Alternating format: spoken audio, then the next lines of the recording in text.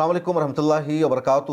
امید ہے آپ سب خیریت کے ساتھ ہوں گے۔ غزہ پٹی اور فلسطین کے حوالے سے بہت ہی اہم اور بڑی خبر ہے، اس کو آپ گڈ نیوز بھی کہہ سکتے ہیں۔ اسرائیل کو ایک اور بڑا جھٹکا لگا۔ اسرائیل نے کوشش کی تھی جنگ بندی کا فائدہ اٹھاتے ہوئے، امریکہ کے سمرتھن کا، امریکہ کی حمایت کا فائدہ اٹھاتے ہوئے تمام ہوسٹیج کو رہا کرانے کی اپنے دم پر، جو مردہ تھے، جن کی لاشیں تھیں، ان کی لاشوں کو اسرائیل اپنے دم پر وہاں سے نکالنا چاہتا تھا، لیکن اس میں بھی اسرائیل کو کامیابی نہیں مل سکی اور اب دنیا بھر میں اسرائیل کی ذلت اور رسوائی ہو رہی ہے۔ آگے پوری تفصیل آپ سے میں شیئر کرنے جا رہا ہوں، لیکن گزارش یہ ہے کہ پبلک فیس کو سبسکرائب کر لیجئے۔ یہ بھی آپ کا چینل ہے، اس کو سپورٹ کرنا، اس کو آگے بڑھانا بھی آپ کی ریسپانسبلٹی ہے۔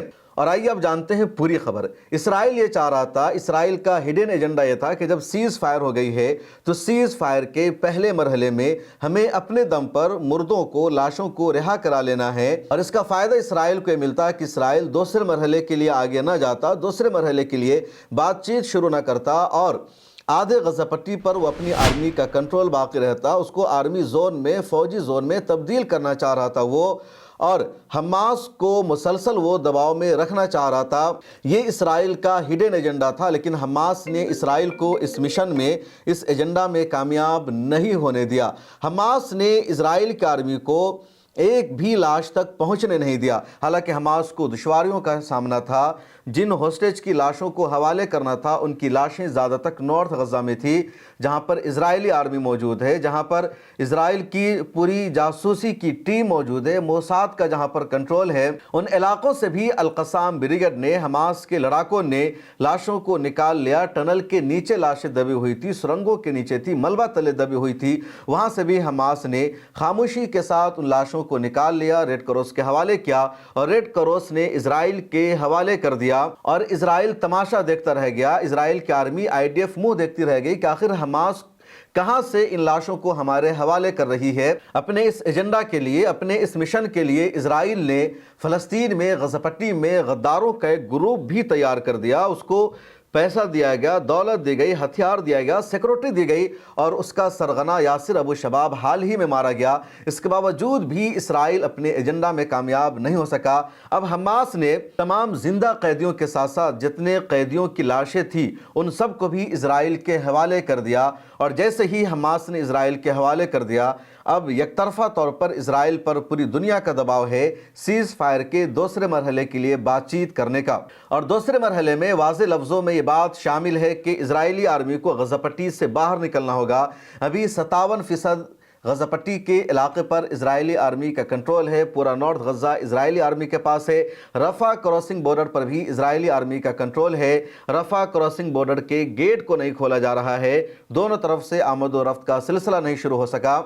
رفح میں 1 کلومیٹر کے علاقہ پر ابھی بھی اسرائیلی آرمی موجود ہے، پورے نارتھ غزہ میں موجود ہے، لیکن جیسے ہی حماس نے تمام ہوسٹیج کی لاشوں کو حوالے کر دیا، امریکہ کا بیان سامنے آ گیا، دوسرے دیشوں کا بیان سامنے آ گیا کہ حماس نے اپنی ذمہ داری پوری کر دی ہے۔ اب اسرائیل کے پاس کوئی بہانہ نہیں، اس لیے اسرائیل کو پیچھے ہی ہٹنا ہوگا۔ اسرائیل کی طرف سے کہا جا رہا ہے کہ حماس نے ابھی تک ہتھیاروں کو اس کے حوالے نہیں کیا ہے، حماس کے پاس ابھی بھی طاقت موجود ہے۔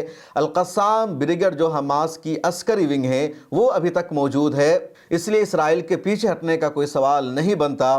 لیکن اب امریکہ نے ڈانٹ لگائی ہے اسرائیل کو۔ امریکی صدر ڈونلڈ ٹرمپ نے کہا کہ حماس نے اپنا وعدہ پورا کر دیا، اس لیے اب حماس پر کوئی اور نہیں دباؤ بنایا جا سکتا۔ ادھر حماس نے کہا کہ جیسے ہی فلسطین میں، غزہ پٹی میں فلسطینی گروپ کی حکومت تشکیل دی جائے گی، یہ حکومت بن جائے گی، حماس دھیرے دھیرے پرامن طریقے سے پاور منتقل کر دیں گے، سیکورٹی کنٹرول منتقل کر دیں گے، ہتھیاروں کو اس کے حوالے کر دیں گے، لیکن ابھی کرنے کا کوئی مطلب نہیں بنتا۔ ادھر امریکی صدر ڈونلڈ ٹرمپ نے اعلان کیا ہے کہ وہ عالمی امن کونسل بنا چکے ہیں، دنیا بھر کے رہنما امن کونسل میں شریک رہیں گے، وہ غزہ پٹی میں بننے والی حکومت کی نگرانی کریں گے، وہاں کا جائزہ لیں گے، اور نئے سال کے موقع پر یعنی جنوری سال 2026 میں عالمی امن کونسل کا اعلان کیا جائے گا۔ امریکی صدر ٹرمپ کا یہ بھی کہنا ہے کہ دنیا کے کئی بڑے بڑے رہنما اس امن کونسل میں شریک ہونے کے لیے رضامندی کا اظہار کر چکے ہیں، اپنی خواہشوں کا اظہار کر رہے ہیں، اور وہ سب اس امن کونسل کا حصہ بنیں گے۔